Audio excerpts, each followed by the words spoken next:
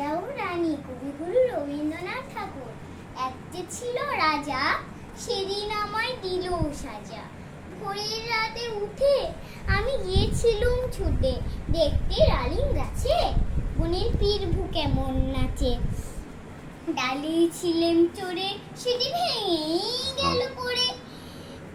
সেদিন হলো মানা, আমার পেয়ারা ভেঙে আনা। রথ দেখতে যাওয়া, আমার চিড়ের পুলি খাওয়া। কে দিল সেই সাজা, জানো কে ছিল সেই রাজা? এক যে ছিল রানী, তার কথা আমি সব মানি। সাজার খবর পেয়ে আমায় দেখলো কে বলছে, বললো না তো কিছু, কেবল মুখটি করে নিচু। আপন ঘরে গিয়ে সেদিন রইল আগল দিয়ে, হলো না তার খাওয়া কিংবা রথ দেখতে যাওয়া।